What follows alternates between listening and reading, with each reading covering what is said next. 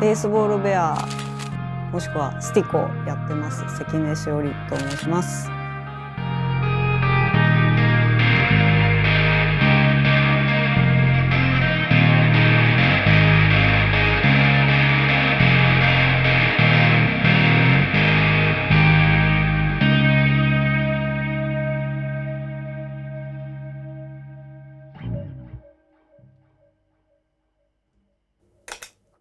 なんかこの見た目からしてもっとこう凶悪な歪みなのかと思ってたんですけど、意外とこう使いやすくてかなりコントロールが効くっていうそういうイメージなんで、チャップマンスティックはこのメロディー弦とベース弦っていうのがあって、どっちにもつなげてみたんですけど、どっちにもかなり使いやすいので、多分普通の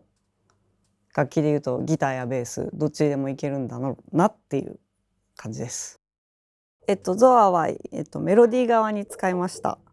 私はスティックにいつもワウペダルをつなげているので、ワウと組み合わせるとこういう感じでなかなかいい感じで使えてます。ソロを弾く時にいいかなと思っていて、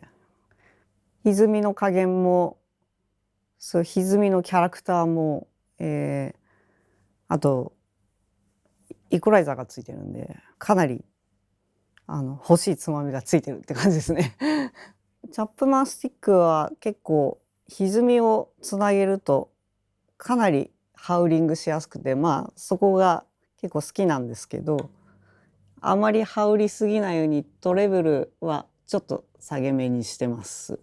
ベースはちょっと上げ目でもしっかり歪みたいので原因は割と上げ目ですよね。ウェイトはまだちょっと試行錯誤中ですけど、今はとりあえずなんていうんですか、ちょっと下げ目オーバードライブ寄りに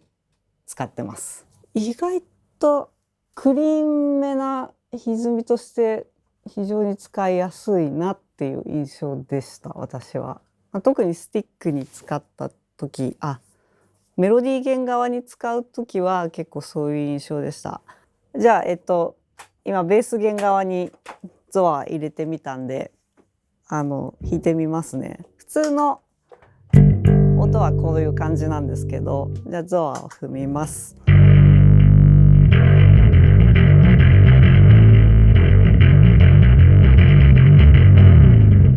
みたいな感じですかね。結構凶悪になってこっちはこっちでいいかなと思ってます。なんかベース弦に使う時はちょっと私はウィット上げ目が好きで、ちょっと悪い音するなっていう。下げてもでも全然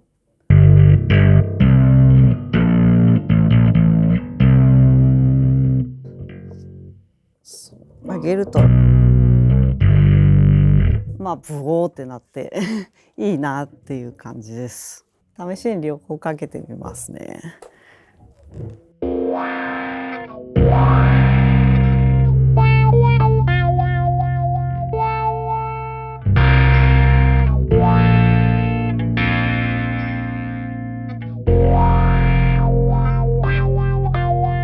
うん、そうだな、こうやって両方にかけてみるとベース弦の方が強いですね。スティックで使うとしたら、ゾアをメロディー弦にして、だいたいいつもライブの時は歪みを2つつなげるんですよ。通常のソロの時ともっともうギャーンってハウリングさせる時と。多分ゾアはかなり融通が効いて使いやすいので、コントロールしやすいので、普通のソロの時に私は多分使うと思います。もっとギャーっていきたい時は EQD のペダルでいったらスペシャルクランカーとかもいいですよね。でもその前に一個普通の聴きやすいソロ弾く時とかにいいかなとは私は思ってます。私がすごく好きなポイントとしては、やっぱイコライザーがついているところなんですね。特に低音ベースの時とかは結構重要で、今まではウエストウッドを使ってるんですけど、ウエストウッドもベースとトレブルがついてるのがすごい好きで、これはしかもミドルまでついてるし、このウェイトのつまみでキャラクターが結構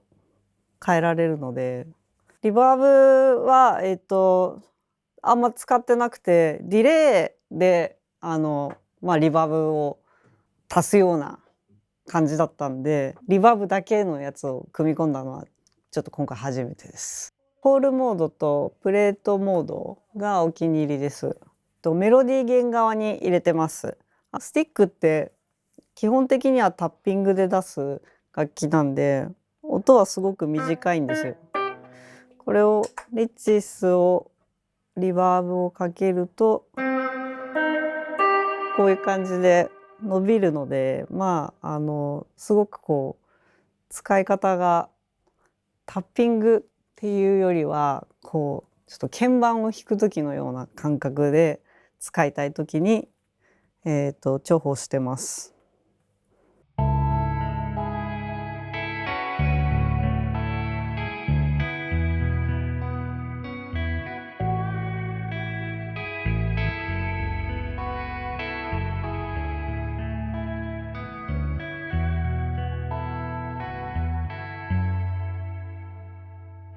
なんかこういう美しい使い方ができますね。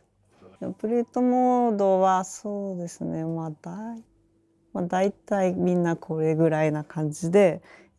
今エクスプレッションペダルをつなげてるんですけど、これはミックスにかかってる状態です。でこれは今素の状態でだんだん踏み込んでいくとふわーっと。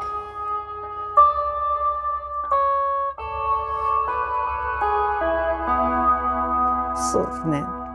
これはこのエクスプレッションペダルがかなりつなげたい設定です。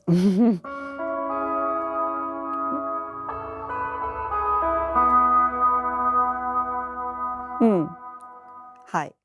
今私が弾いたみたいに美しいアルペジオとかがすごく映えるなと思ってるんですけど、歪みそれこそゾアと組み合わせると